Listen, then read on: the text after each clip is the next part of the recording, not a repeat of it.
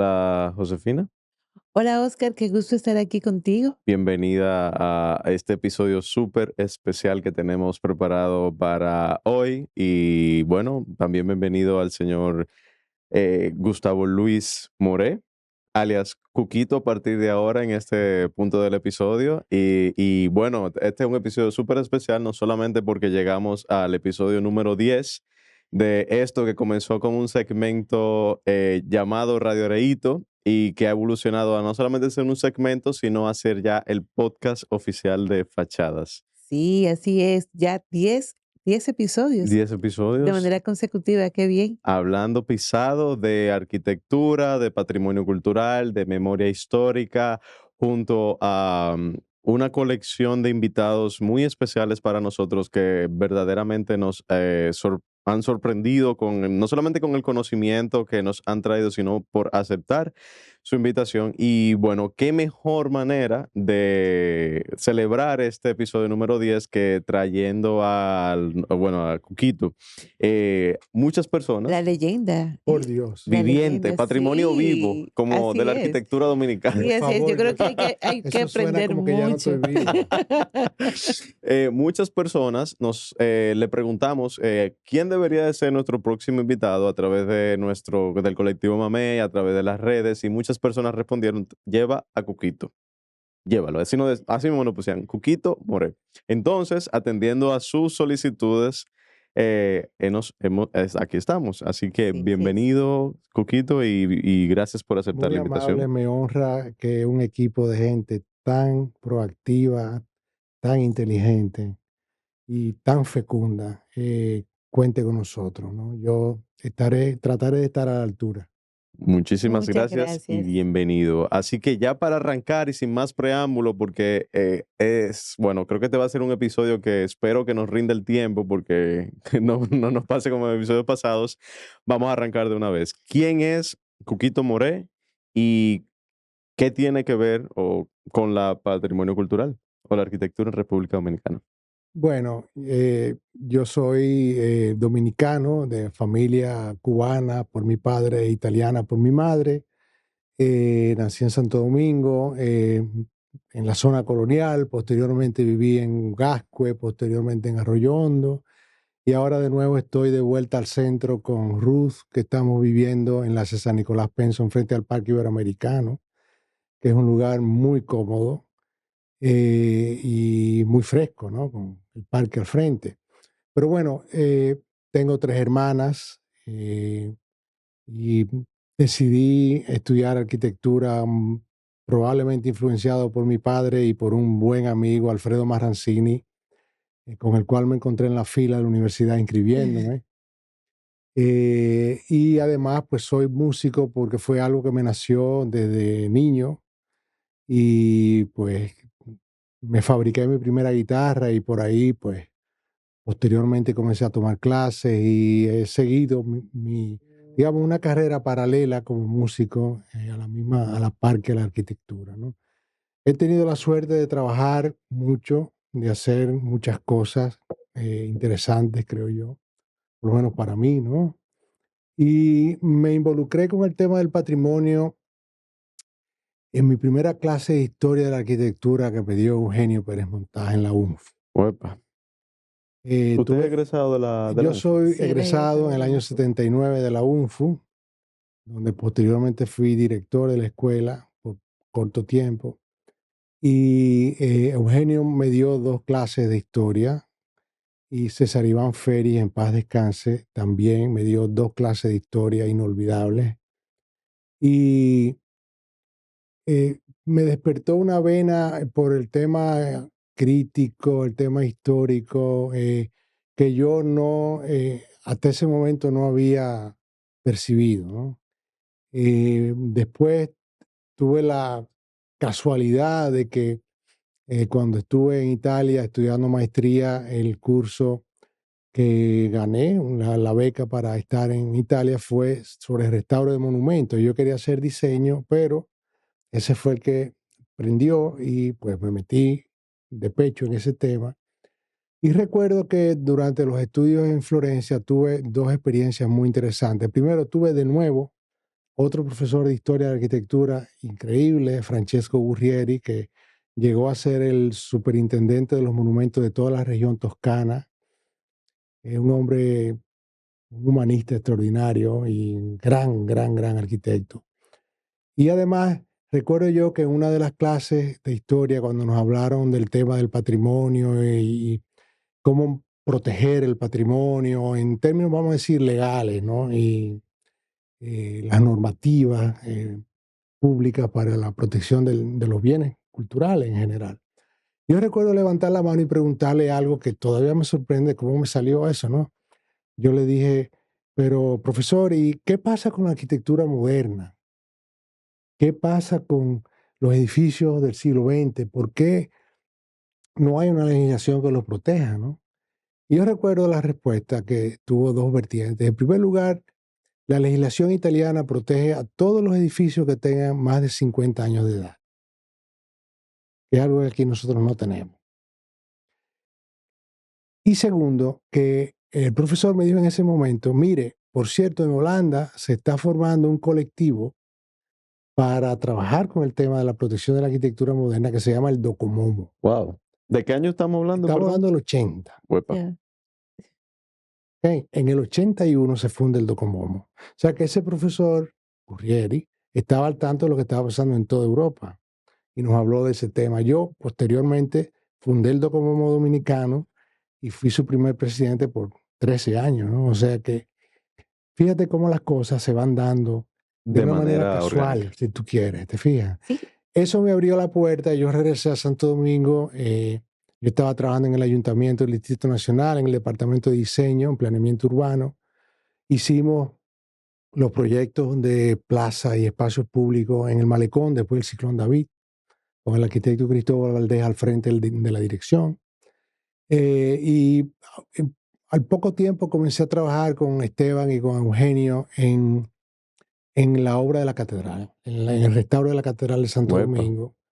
Después, Esteban me invitó cuando era director de patrimonio a ser director del Centro de Inventario de Bienes Culturales, después de Risori Silvestre, ahí estuve también un Ah, tiempo. pero Risoris es eterna. Sí, Esta es otra invitada que no, tenemos Risori pendiente. es un Un patrimonio vivo. una peña de la construcción del edificio patrimonial dominicano. tú sabes. Totalmente.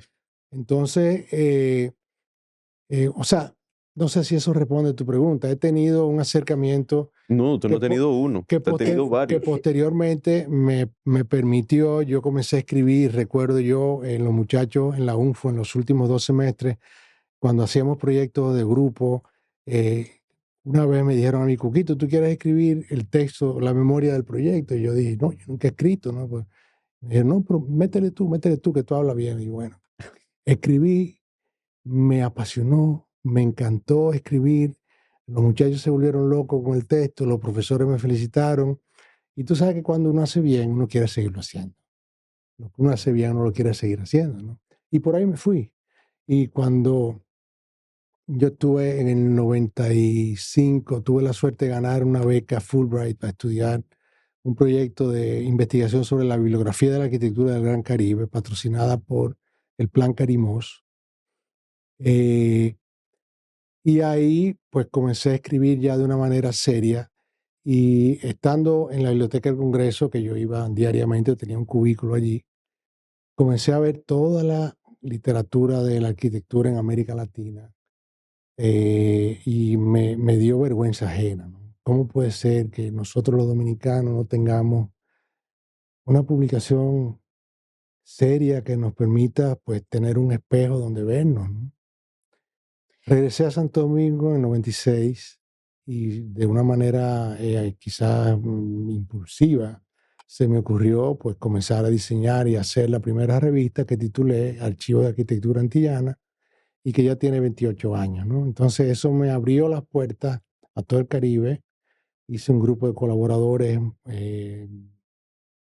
a los cuales no tengo forma de agradecerle porque tú sabes que se trabaja gratis y desde la distancia y se hacen cosas maravillosas juntos. Y así estamos, ¿no? Eso de alguna manera resume mi periplo por el mundo del patrimonio. Mire, usted mencionó varios Usted dice que fue un acercamiento, pero fueron varios. Y yo no sé si coincidencias, pero me llamó mucho la atención primero que usted es egresado de la UMPU, Sí, lugar de donde hubo toda una generación de arquitectos que tuvo y continúan teniendo un impacto enorme en el proceso de restauración de, bueno, que tuvo la ciudad colonial en los 70, en los 80 ujú, y ujú, bueno, que todavía hoy en día forman parte de esos profesionales que trabajan el tema de la conservación y la restauración del patrimonio, pero también tuvo una formación en Italia, que de hecho una de las invitadas que tuvimos anteriormente, Marina Bianchi, nos habló un poco de esa filosofía y esa cultura que hay alrededor del patrimonio cultural en este país, de donde ella también es y labora. Y bueno, si no saben de lo que estoy hablando, remóntense a ese episodio que me parece que es el 7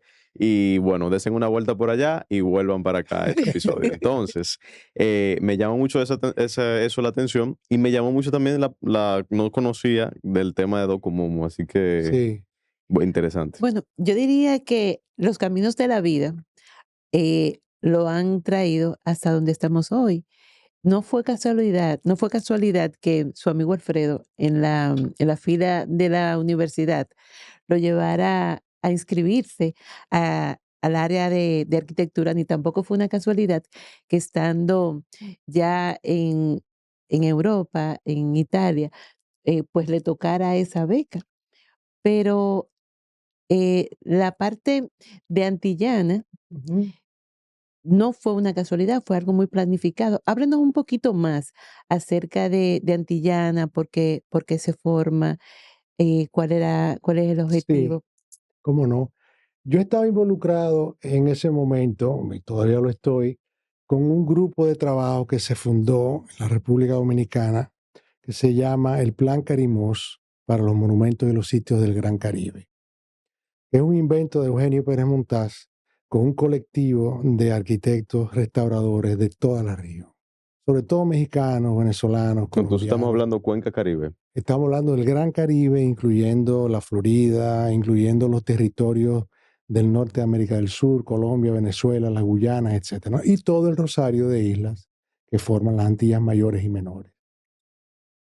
Ese proyecto, que tenía el propósito de crear las bases para recibir financiamiento internacionales y poder restaurar edificios de la región del Gran Caribe para ser, digamos que, utilizados emblemáticamente para la celebración del quinto centenario en el año 92. Ese fue el propósito original del plan. Pero en torno a ese plan hubo toda una cantidad de iniciativas, de proyectos de investigación, de cursos educativos, que por ejemplo el Preservation Institute Caribbean, que se desarrolló en la Universidad de Gainesville, en la Florida, en Gainesville, en Antigua, Guatemala, en muchísimos sitios, aquí en Santo Domingo. O sea que no fue las restauraciones que se experimentaron aquí con motivación de esa celebración no fueron aisladas de República Dominicana, sino que fueron parte No, de no, una... no, no llegaron, que yo recuerde, a realizarse, no se llegó a realizar ninguna restauración particular, no hubo suerte en ese aspecto. Lo que sí Mm. fue muy fructífero fue el movimiento de interés y la investigación documental. Y si tú quieres, la cultura de la intelectualidad caribeña que por primera vez se encontró en torno a un proyecto ¿En qué año fue esto? común. Eso comenzó en los años, o- creo que en el 81, 82, y siguió hasta después del 92. Bueno, yo me fui a estudiar en Washington con el proyecto Fulbright en el 95 y todavía el Plan Carisma existe todavía. Está muy, digamos, muy tranquilo, ¿no? Pero existe la red a la base, la y estructura. existe, sí, existe, vamos a decir, los propósitos intelectuales generales, ¿no? Y eso me dio un paraguas de actuación dentro del cual la revista Archivo de Arquitectura Antillana cupo perfectamente bien. No había, de nuevo, interés por la arquitectura moderna, era solamente la arquitectura histórica. Y yo rompí ese paradigma, ¿no? Yo dije, bueno, yo voy a publicar arquitectura contemporánea del Caribe, eso es lo que a mí me interesa. Y voy a estudiar arquitectura moderna del siglo XX del Caribe, que es lo que a mí me interesa. Y así ha sido. La revista se ha convertido en un vehículo de exploración de las actividades de los arquitectos de la región.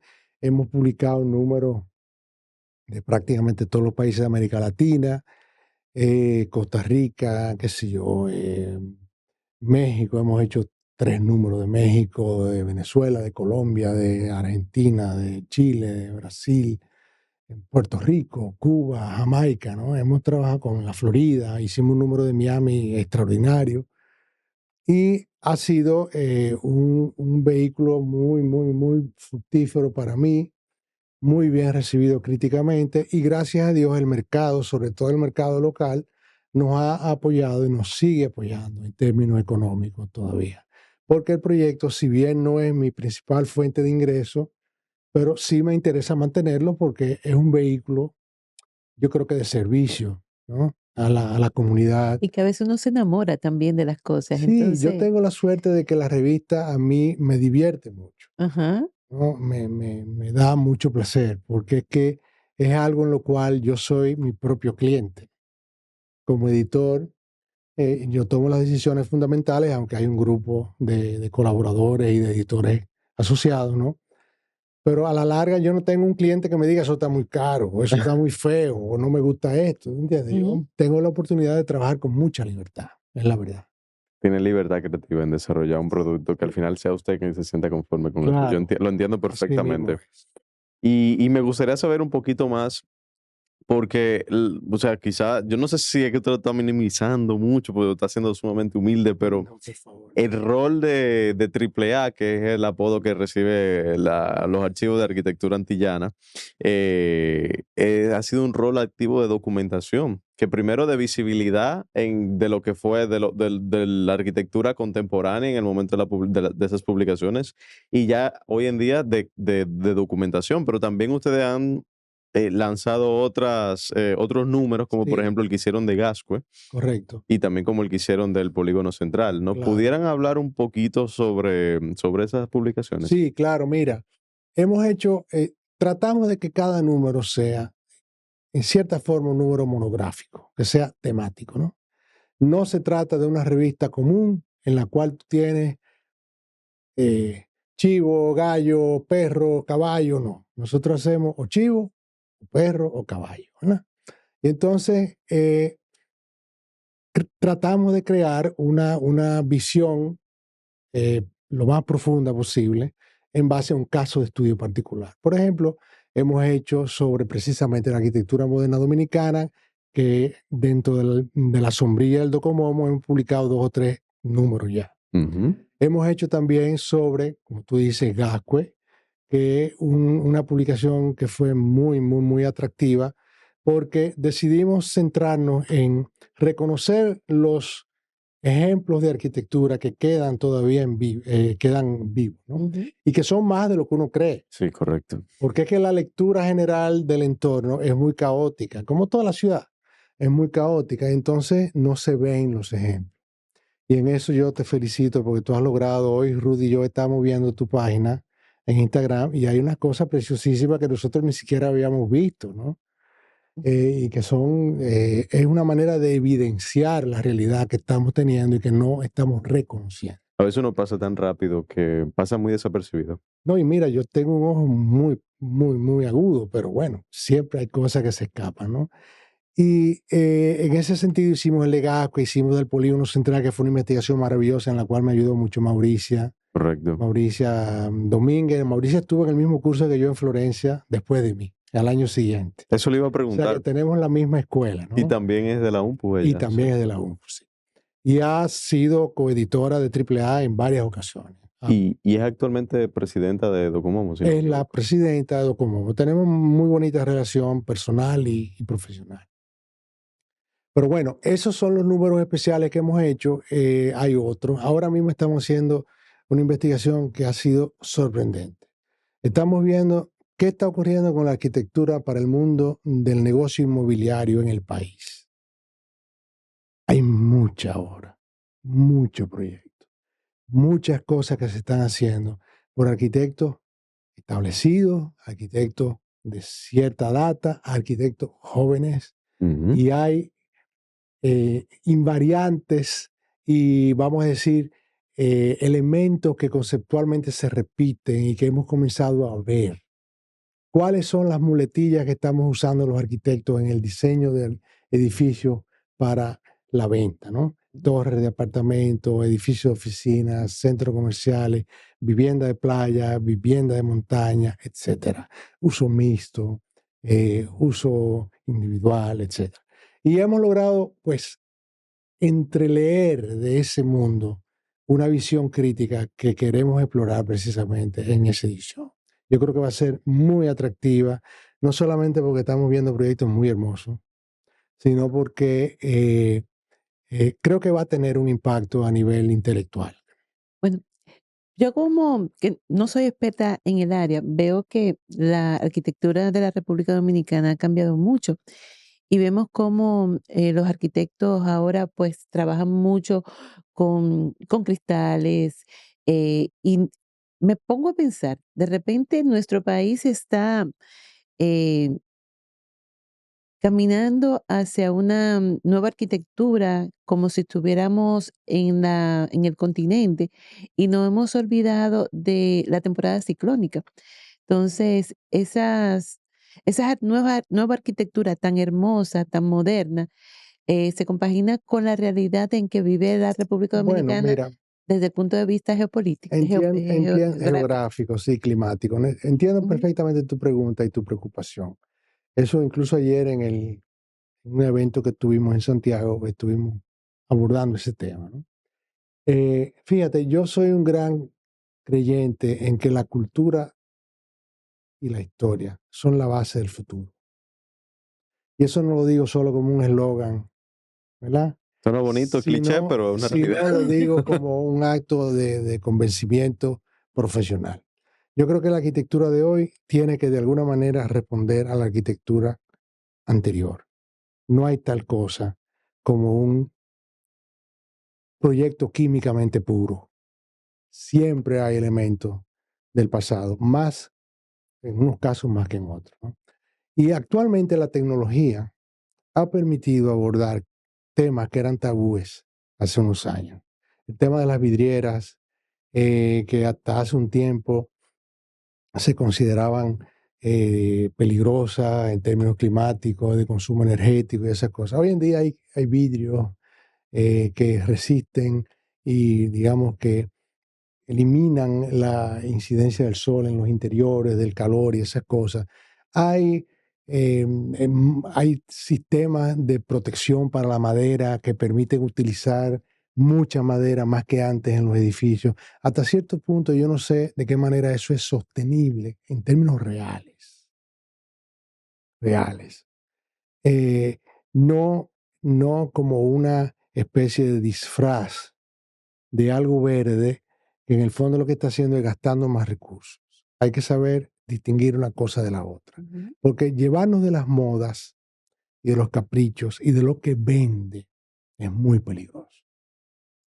También recordarle a los oyentes que esto es una pregunta que surge mucho con el tema del patrimonio y de la arquitectura, y es que la arquitectura no es algo que está detenido en el tiempo, es algo que va evolucionando según van apareciendo nuevos materiales, según van apareciendo nuevas condiciones económicas, según van apareciendo nuevas necesidades y oportunidades empresariales, así como el zinc fue la gran revolución del zinc, la madera procesada y el concreto fue la gran revolución del siglo XX para nuestra arquitectura.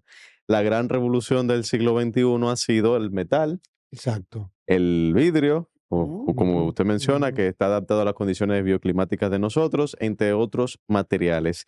Pero volviendo a un tema que le toca un poco de cerca a usted, y es el Centro de los Héroes. Ujú. Yo sé que como parte de su trayectoria profesional, perdón, usted presentó una propuesta. ¿No Ujú. pudiera hablar un poquito más sobre eso?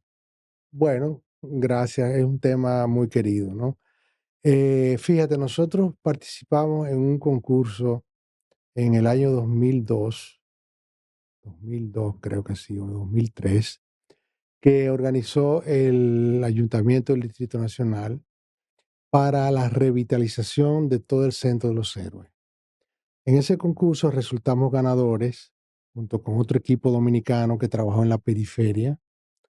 Y en ese proyecto que hice con un querido amigo, colega puertorriqueño, Emilio Martínez, he trabajado mucho en asociaciones, algo que ha sido muy rico para mí. Me gusta trabajar en equipo. En ese proyecto nosotros atendimos varios temas, ¿no? Uno de los temas fundamentales fue la movilidad del sector, la falta de estacionamiento del sector, la realidad de que eventualmente íbamos a tener probablemente ahí. En ese momento no existía la idea de un metro, pero pensábamos que era un punto importante para tener una estación de metro, ¿no? Los edificios, cómo rescatarlos, cómo trabajarlos, cómo aumentar la huella de de los edificios existentes, porque evidentemente ya se estaban quedando chiquitos ante las necesidades operativas de todas esas instituciones, ¿no? Entonces, hubo una visión holística, coherente del sector, que partió del hecho de enterrar una plaza de parqueo en el centro, donde está la fuente, que permitía una plaza pública peatonal arriba, que conectaba el Congreso con el Palacio del Ayuntamiento, metía el tránsito por abajo, salía frente al Monumento de las Naciones, lo que llaman la bolita del mundo, ¿no?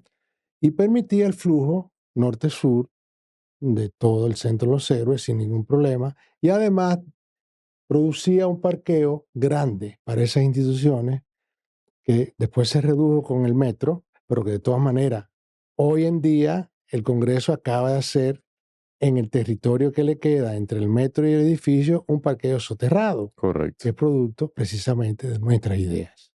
Hoy en día se está construyendo un edificio de parqueos en el borde noreste. Me parece que del INDRI. Sí, detrás del INDRI. correctamente, que es parte de nuestras ideas. Precisamente ese lote, el otro que le queda al otro lado simétricamente, el otro que le queda al sur y un lote triangular que está al sur de la Suprema Corte, que es parte del proyecto nuestro con Juan Caro para el edificio de la Suprema. Ahí también en esos 4 puntos habíamos planteado parqueos. Y también al lado de la Suprema me parece que... Eso te digo, exactamente. O sea que hay algunas ideas del proyecto, de ese proyecto, que se están ejecutando milagrosamente. Coincidencia. Sí, exactamente. O sea que parece que dimos en el clavo, ¿no? Es muy grato en ocasiones recordarle también a la gente que nos están escuchando, que quizá no tienen el contexto de cómo llegamos al Centro de los Héroes, que el Centro de los Héroes fue el espacio urbano que albergó entre 1955 y 1956 la Feria de la Paz y la Confraternidad del Mundo Libre, celebrada en conmemoración, podemos decir entre comillas, del 25 aniversario de la llegada del dictador Trujillo al poder. Y bueno, eventualmente muchos de esos pabellones que originalmente albergaron a los invitados y las distintas instituciones que tenían exhibiciones en esta feria, pues pasaron a ser oficinas públicas. Y bueno, pues hoy en día ese es el contexto urbano que tenemos. Pero hay un edificio en particular. Eso te iba yo a decir, vamos a quedarnos en el Centro de los Vamos a Héroes. quedarnos justamente acá porque hay un edificio en particular que hoy en día ya no está. Bueno, uno de muchos, porque realmente la feria tenía edificios desmontables, edificios que estaban supuestos a desmontarse, otros edificios que no. Pero uno de estos edificios que sobrevivió hasta el 1994. 94-95. Fue el pabellón de agricultura, ¿era? Correcto, en la Secretaría de Estado de Agricultura, que se quemó. Correcto, eso fue, hay una nebulosa ahí de cómo ocurrió ese suceso. No vamos a entrar en especulaciones porque ese no es el propósito de este episodio, pero en el 1994 el edificio sufrió un incendio que, bueno, lo dejó prácticamente inútil, inhabilitado. Sí. No sé si tú recuerdas. No, realmente no lo recuerdo. Ah, pues, disculpa. No sé, porque no sé, ¿ves? No, yo estoy apoyándome sobre registros, patrimonio vivo, documentales vivos, pero el edificio sufrió un incendio y bueno, hubo que derribarlo. Entonces, a raíz de eso se aprovechó la oportunidad, que realmente fue una oportunidad, de construir un nuevo edificio. Y ese edificio es hoy el edificio que alberga la Procuraduría y la Suprema Corte de Justicia. Sí. y de Ujú. hecho está detrás de nosotros en estos momentos acompañándonos. Correctamente. Y tampoco es Sí, coincidencial porque justamente tenemos este edificio porque usted fue parte, o sea, del equipo que desarrolló, diseñó y ejecutó este Sí, proyecto. sí. ¿Pudiera hablarnos un poquito más de, yo hice una breve introducción, pero pudiera hablarnos un poquito más de cómo fue ese proceso de toma de decisión de que, ok, ya este edificio no sirve, vamos a demolerlo, a qué vamos a construir en Bueno, este espacio sí, te voy a comentar lo que sé, ¿no? Porque hay cosas que ignoro del proceso, pero sí tengo una idea bastante, dentro de su experiencia? sí. Mira, cuando ese edificio se quemó, yo recuerdo que estaba dando una clase de diseño en la UNFU con Juan Mubarak. Estamos juntos porque en la UNFU se, Todos los caminos llevan a un se mismo. usa, se usa esa, digamos, clases colegiadas entre dos o más profesores, ¿no? Y él y yo estuvimos dando clases ese semestre, diseño 8 creo. Y yo le dije, Juan, vamos a poner a los muchachos a trabajar en el lote donde se quemó agricultura, porque es un contexto interesante, comprometido, complejo, hasta cierto punto limitado, ¿no? Y vamos a ver qué pasa. Óyeme, y fue uno de los proyectos de diseño académico más ricos de mi carrera académica. Juan y yo gozamos muchísimo con los muchachos, ¿no? Y eso me preparó a mí para cuando en el año 96, una mañana, yo estaba en mi casa desayunando y veo el listín y veo el llamado al concurso. Yo recorto la página. Yo estaba trabajando en ese entonces junto con Juan Caro en una serie de proyectos que le hicimos al VHD, que se llamaban, sí, Bancágil VHD. Hicimos 21 banquitos de eso por todo el país. Y en ese proceso yo llego yo a la oficina, digo, Juan, mira esto, ¿qué te parece? Yo tengo muchas ideas sobre el sitio. ¿Qué te parece? Vamos a meternos. Y dice, bueno, perfecto, lo único que yo no tengo Codia todavía, pero vamos a hablar con papi. Tony Caro, el arquitecto Caro de Caralba, y Danilo, su hermano. Yo voy donde ellos frescamente digo, Tony, ¿te interesa? Vamos arriba. Bueno, vamos arriba. Tú y yo somos socios. Y yo, bueno, tremendo socio, ¿no? Pero vamos arriba. Nos metimos, calificamos, preparamos el proyecto, ganamos el concurso. 31 de diciembre del 96 nos dan el premio en el Palacio Nacional. No te voy a hacer el cuento largo. Arrancamos el proyecto, comenzamos la obra, eh, llegamos la obra casi a un 90% de terminación en el año 2000, cuando hubo un cambio de gobierno. Durante ese gobierno de 2000-2004, el proyecto estuvo totalmente detenido, abandonado a su suerte, Mm, filtraciones, im- desperfectos, en fin. Imagino que la crisis económica del 2003 tampoco Bueno, ayudó mucho. entre un desinterés político que Exacto. no le interesaba terminar ese edificio, ¿no? Pero bueno, en fin, luego en el 2004, de nuevo un cambio de gobierno, retomamos el proyecto. Yo recuerdo que el 16 de agosto comienza el gobierno y el 17 nos llaman por teléfono, nos llaman a Juan y a mí, vengan huyendo por obras públicas, vamos a acabar el edificio. Y yo, alabado sea Dios.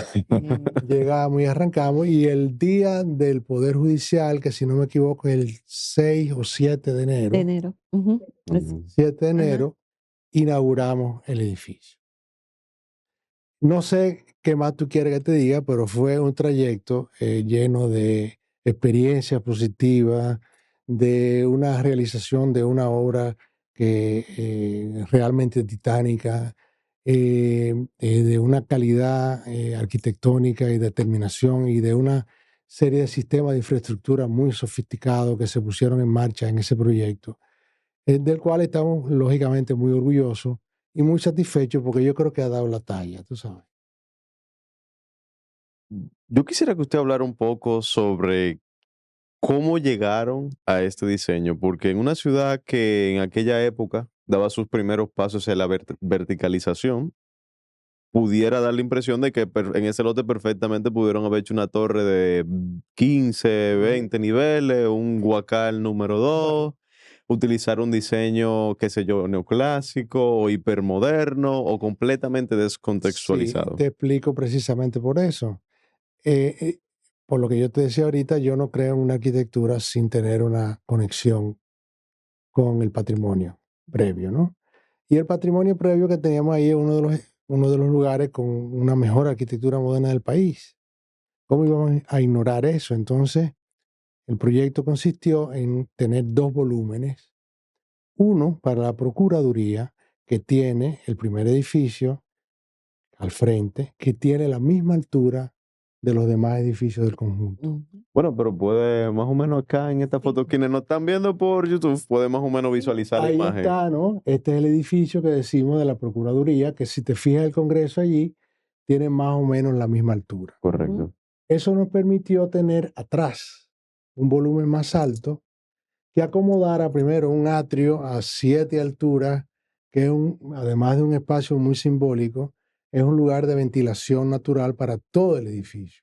Nos ahorramos un 30% de aire acondicionado por la ventilación que entra por estos louvers en primer nivel y que sale por los louvers de arriba por un efecto chimenea.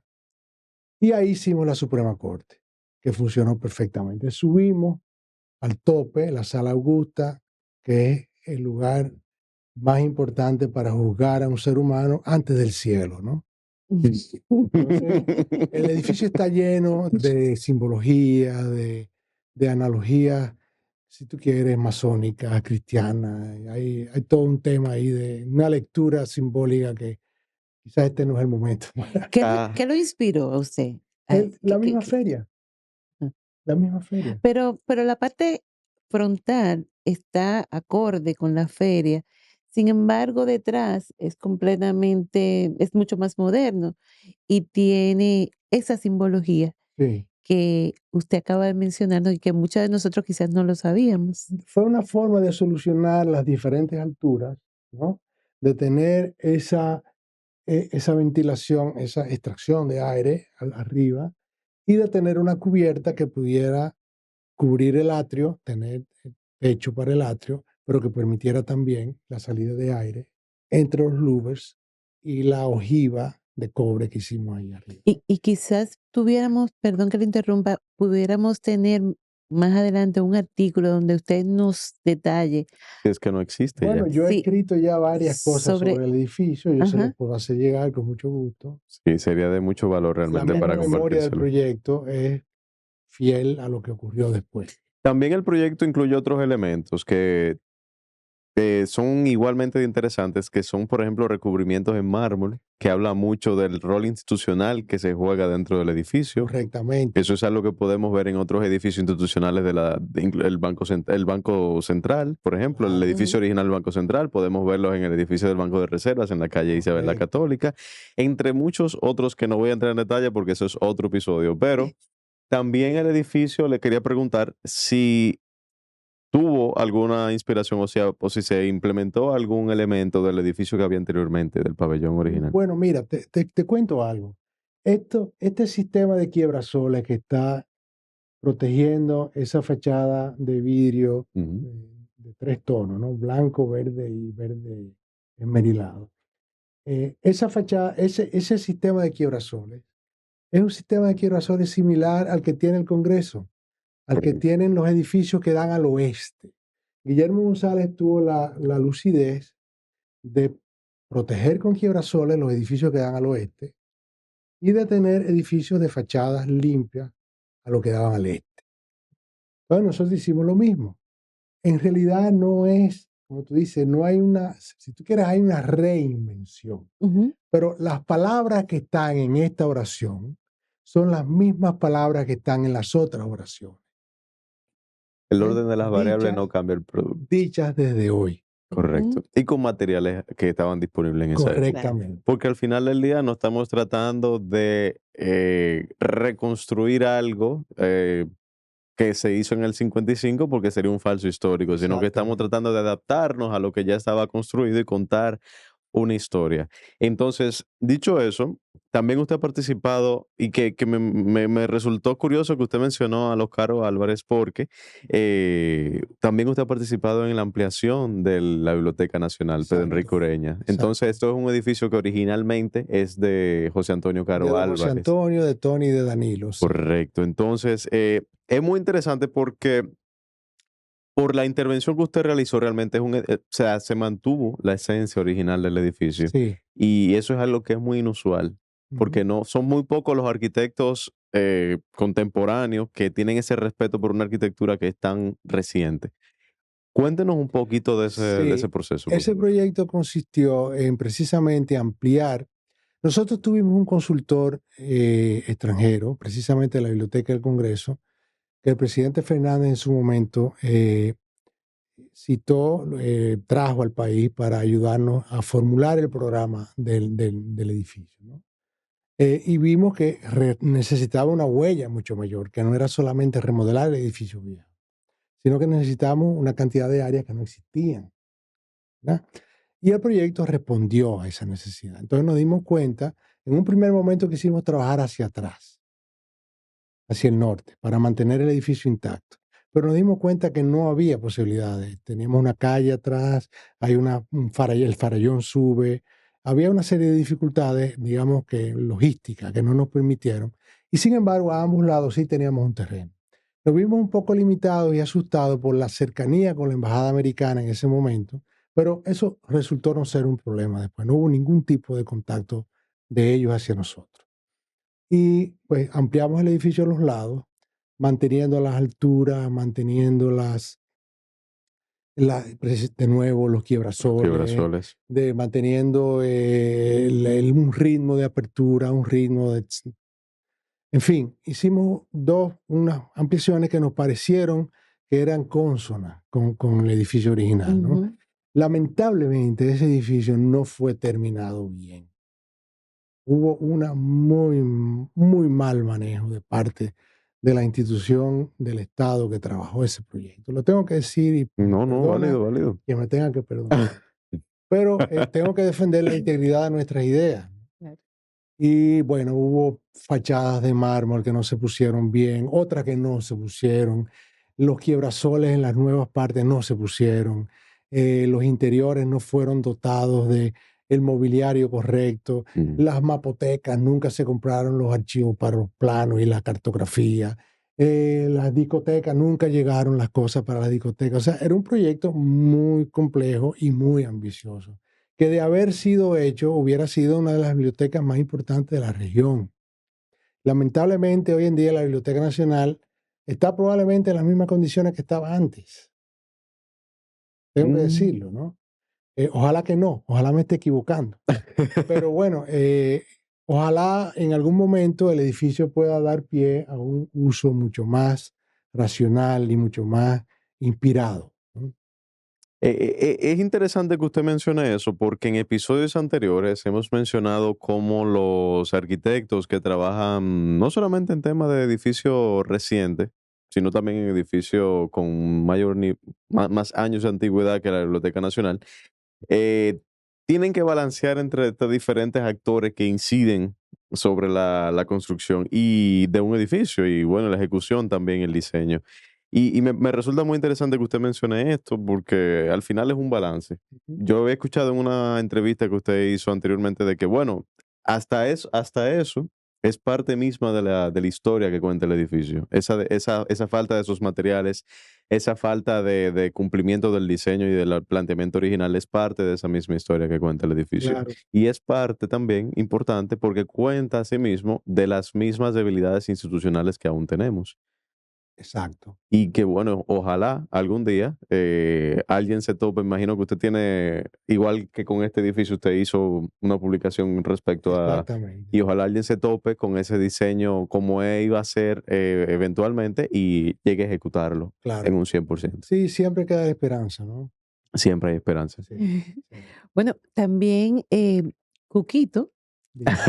es escritor y también es coautor entre uno de sus libros que tiene, es coautor del libro Historia de la construcción de la arquitectura Bueno, dominicana. coincidencialmente hablando de la biblioteca. Justamente, en este libro nos narra sobre la historia de la arquitectura de 1492 hasta 2008. Ujú. ¿Usted pudiera hablarnos un poquito más acerca de este libro?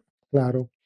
Sí, ese libro fue producto de el interés del Centro León de tener una publicación sobre arquitectura dominicana dentro de su serie de maravillosas publicaciones. Y pues nos contactaron y yo armé ese equipo de colaboradores, Eugenio Pérez Montaje, Esteban Prieto y José Enrique del Monte, quienes fueron responsables de redactar los capítulos del libro junto conmigo. Hubo una visión guía y hubo un enfoque particular, tanto en términos históricos como en términos literarios, ¿no? Y logramos producir un acercamiento bastante profundo y a la vez amplio sobre la historia de la arquitectura en el país. Hubo una gente que le dijo hoy la Biblia cuando yo se lo mencioné. Oye, bueno, De Santiago, por cierto. yo me alegro mucho, sí, porque realmente hay otros libros muy valiosos también que trabajan el tema de la arquitectura dominicana, de la historia de la arquitectura dominicana, pero a mí me parece que posiblemente ese haya sido el más, no Digamos que sé, completo, porque realmente sí, abarca desde 1492 hasta el Ujú, correcto, 2008. ujú. sí. Y además el hecho de que hayamos sido 4 autores, ¿entiendes? Nos da digamos, con un enfoque mucho más democrático y mucho más rico en las perspectivas que se utilizaron para abordar el tema, ¿Qué ¿no? tiempo duraron ustedes? Ese fue un libro como de algunos 3 o 4 años. Mierquina. Sí, Y yo he vuelto loco con uno que tengo 8 meses. sí. Y No, luego pero para nada hicimos igual. el de Guillermo González, que ese libro tuvo como 4 o 5 años en proceso también. Aunque ya yo vengo escribiendo sobre Guillermo desde el Grupo Nueva Arquitectura. En el año 82 publiqué mi primer artículo y aquí nadie trabajaba el tema de la arquitectura trujillista. Nosotros rompimos el hielo en ese momento junto con Omar y con Emilio y los demás miembros del grupo.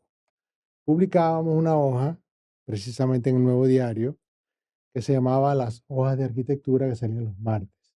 Y llegamos a publicar 100 hojas. Dentro de esa serie están esos artículos que les menciono, ¿no? Pero de manera oficial, porque anteriormente en la universidad él escribió.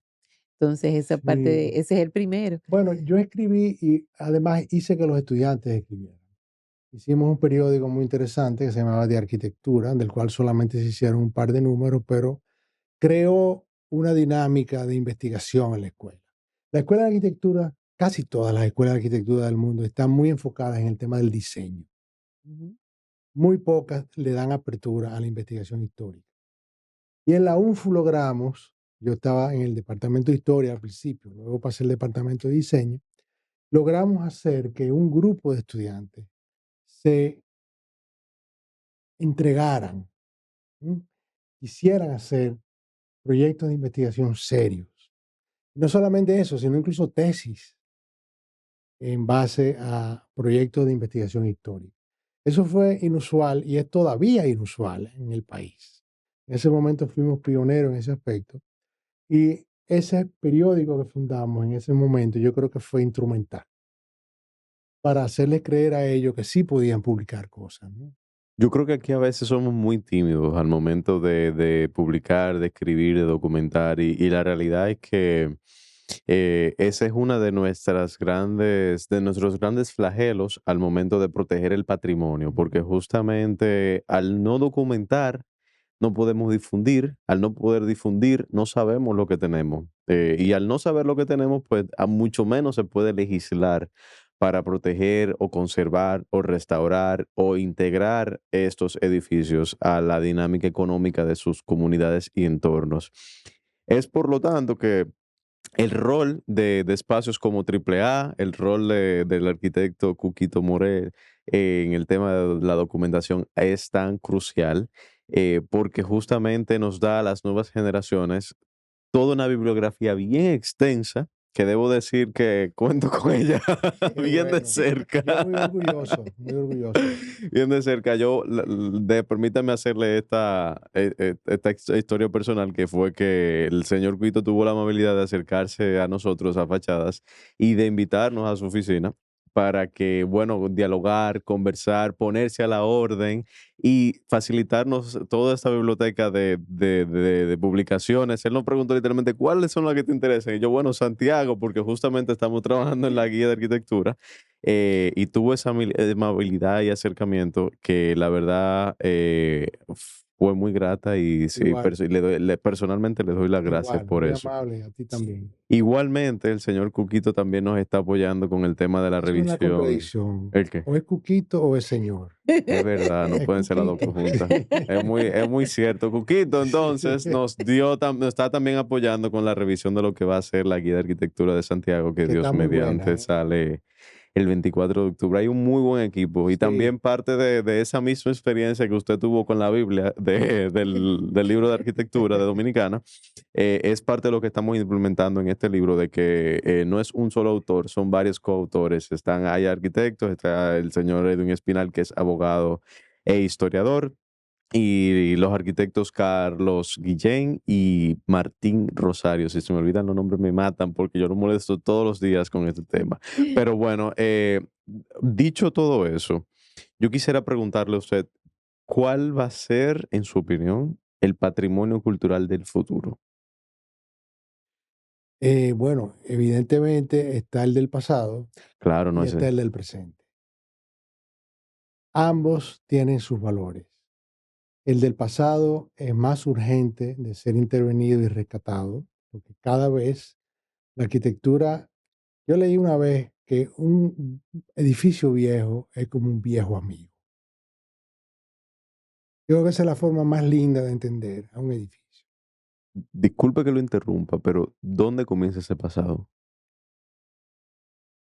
Bueno, en el caso nuestro, se inicia con los aborígenes, con los habitantes previos a la presencia europea en el territorio, ¿no? ¿Y hasta cuándo entonces? Hasta hoy. No, me refiero a partir de qué fecha marca que un edificio sea del pasado. Bueno, si nos fuéramos a llevar de la legislación italiana, es hace 50 años, Estamos pero depende hablando, de nosotros.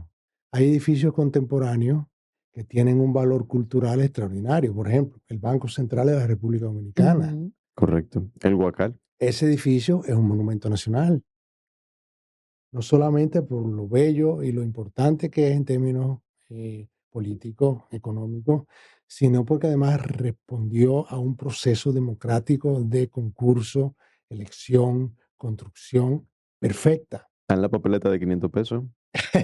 Que también es importante. O sea, lo de 1000 no me acuerdo. Exacto. Entonces, esas cosas hay que valorarlas, ¿tú entiendes? Sí, Porque correcto. una obra de arquitectura hecha legítimamente es tan inusual en el país, en el mundo público, en la esfera pública, que cuando ocurre tenemos que valorarla y tenemos que utilizarla como un ejemplo. Que de hecho es un fenómeno de esa misma generación a la que usted, bueno, no sé si pertenece, pero que formó parte, que cuando comienzan a salir estos primeros dominicanos graduados de arquitectura de acá de Ujú, República Dominicana ujú. y que comienzan a popularizarse los concursos públicos para este tipo de obras, Exacto, Ujú. que exactamente. antes no era tan usual. No, y debemos recuperarlo, ¿eh? Porque ahora Totalmente. mismo los concursos se han convertido en licitaciones del menor precio posible. Mm, Estamos viendo los concursos como un proceso cuantitativo. Hay que verlo como un proceso cualitativo. Es escoger la mejor obra de arquitectura, no necesariamente la más barata. ¿Qué fue? Bueno, es que estamos llegando al final de este podcast y nos gustaría mucho escuchar unas recomendaciones suyas y unas palabras finales. No sé, bueno, difícil, pero yo quisiera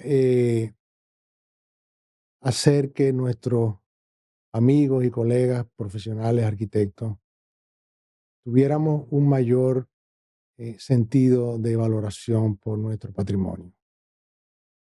No lo digo porque tú estés en esto y tú también, Y yo José no soy Antonio. arquitecto, o sea que yo me limpio No, las manos.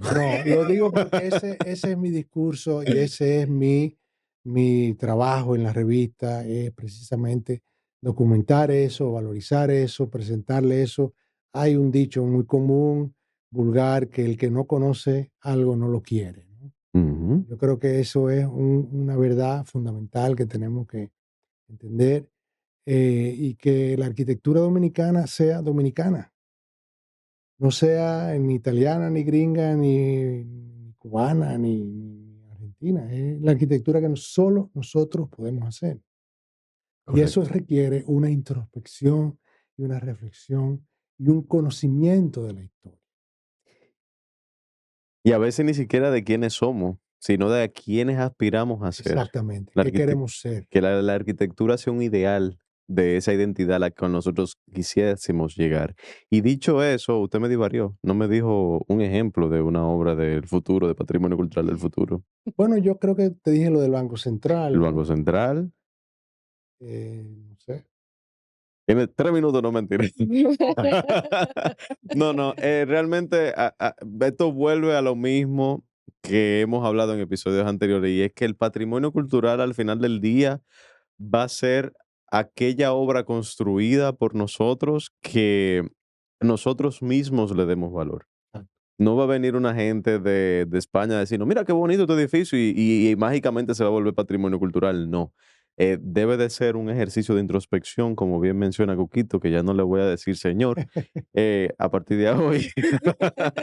Debe de ser nosotros mismos evaluar. Y a veces el patrimonio cultural del futuro a veces no tiene que ser algo tan espléndido, estructuralmente grandioso. A veces puede ser pequeñito, Es puede lo que ser somos. una iglesia Es que chiquita. es lo que somos, es nuestra naturaleza, es claro, nuestra realidad. O sea, no es Exactamente. inventarnos lo que, lo que puede ser otro país, sino lo que realmente nosotros y tenemos. hay que entender otra cosa, perdona, Claro, es que como en la música, la arquitectura es una especie de producto que tiene grandes solistas, ¿no? Los grandes barítonos, las grandes contraltos, los grandes cantantes que están al frente, pero hay coro, hay un coro. Y esa arquitectura que tú publicas de Ciudad Nueva, de Santiago, del interior del país, es el coro. Y eso es tan importante como los solistas. Y tenemos que proteger ambos. correcto. Al final no hacemos nada con tener un patrimonio enorme si lo que está alrededor, bueno, pues no tiene tantísimo valor o armonía con el entorno. Así que dicho eso, yo quisiera concluir este episodio dándole las gracias a nuestro invitado, no Sí. solo por aceptar la invitación de hoy tan amablemente y por también aportarnos tan amablemente tantas fuentes bibliográficas para que sigamos haciendo nuestro trabajo a través de fachadas, sino también justamente por ese trabajo, esa zapata que a lo largo de su trayectoria profesional ha realizado, que por lo menos para lo que nosotros nos concierne en fachadas y el trabajo que estamos haciendo en temas de difusión y desarrollo integral del patrimonio cultural, es valiosísimo. Y que Muchas gracias. sinceramente, si tuviéramos que comenzar de donde que usted comenzó, Tú, tú comenzaste mejor que yo. totalmente, totalmente. O sea, nosotros tenemos una zapata sobre la cual podemos trabajar y que básicamente tenemos que difundir lo que ya existe, pero trabajar desde cero es muchísimo más Sí. difícil, y la verdad que nosotros agradecemos esa generación de arquitectos eh, que sembraron esa, que construyeron esa zapata, y que bueno, que hoy en día estamos cosechando los frutos de eso. Así que gracias. Ustedes. Y gracias Sí, a muchas Gracias. gracias. ustedes que nos han acompañado hasta este punto del episodio y que nos han escuchado en estos últimos 10 episodios de la serie de Radio Areito, oficialmente ya podcast de fachadas. Y bueno, no se olviden, por favor, de ayudarnos con la difusión, con dándole like, Que nos compartiéndolo, sigan que sintonizando. nos sigan Claro. sintonizando, que manden este episodio y los episodios anteriores por los grupos de WhatsApp de la Junta de Vecinos, de los familiares, Etcétera. de la iglesia, si van a un culto, etcétera. En fin, lo importante es hacer que esto, replicar, hacer eco de esta información que es tan valiosa. Esto es básicamente un registro verbal de aquellas caras y aquellas voces que están detrás del patrimonio, y definitivamente hoy tuvimos el honor de conocer a otra. Así que gracias, Cuquito, gracias, Josefina, Gracias, Oscar. A y hasta ti. una próxima ocasión. Ustedes. Chao. Adiós.